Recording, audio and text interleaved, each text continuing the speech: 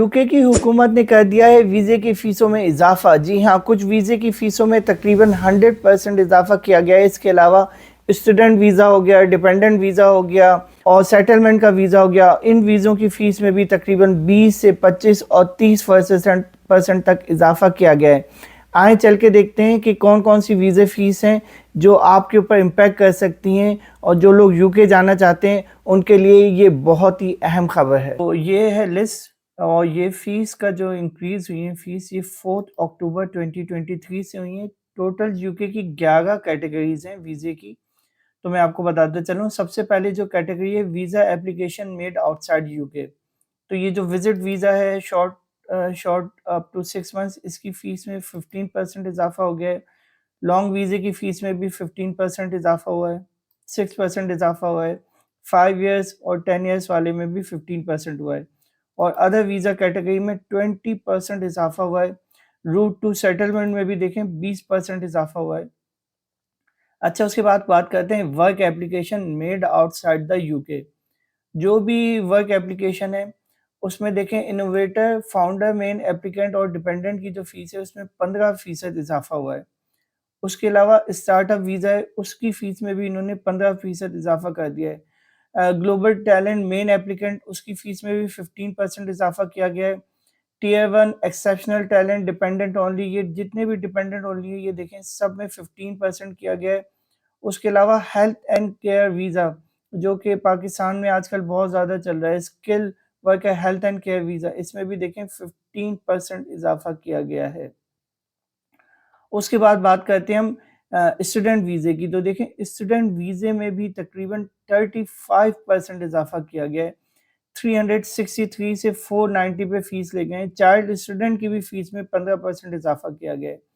Optimum premium service outside the UK, अगर आप priority visa settlement चाहें तो उस पे जो है वो सिर्फ 573 से 500 तक किया गया है, नेगेटिव 13%।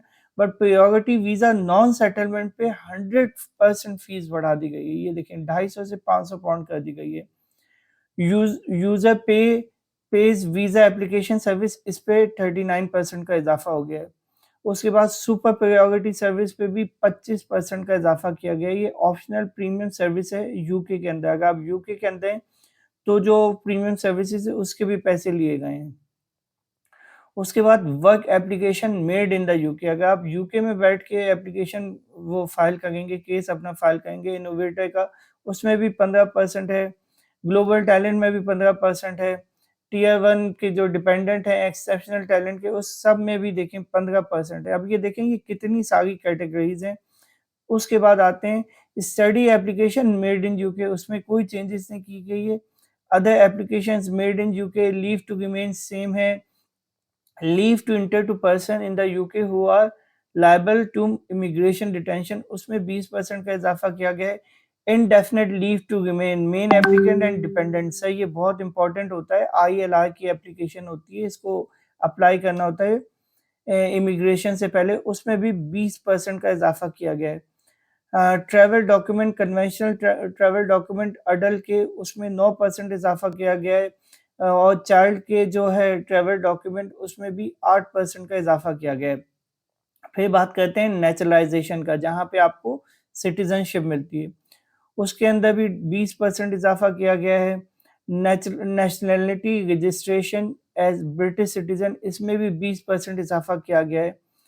और स्पॉन्सरशिप वीज़े के अंदर जो है COS, जी हाँ, जिसमें आप लोग जो लोगों को आप लोग बुला रहे हैं यहाँ पे, इसके अंदर भी ये जो एक सर्टिफिकेट ऑफ स्पॉन्सरशिप होता है स्किल वर्कर का, इसमें भी 20% इजाफा किया गया है। सर्टिफिकेट ऑफ स्पॉन्सरशिप अगर टेम्परेरी वर्कर आ गए, including global business mobility graduate training, उसकी भी फीस में 19% इजाफा किया गया। Certificate of international sports person route जो है, उसमें भी 20% इजाफा किया गया। तो जनाब देखें यूके में इस वक्त महंगाई हो गई है, लेकिन वो और जॉब्स की भी ज़रूरत है, लेकिन इसके बावजूद इन्होंने अपनी फ़ीस में इजाफ़ा किया है। और आप मुझे कमेंट में लिख के बताएं कि आप इनकी फ़ीस के जो इंक्रीमेंट है इससे आपकी क्या राय है इस बारे में। आपके कमेंट्स का इंतज़ार रहेगा मुझे। चैनल को लाइक कीजिएगा और सब्सक्राइब कीजिएगा।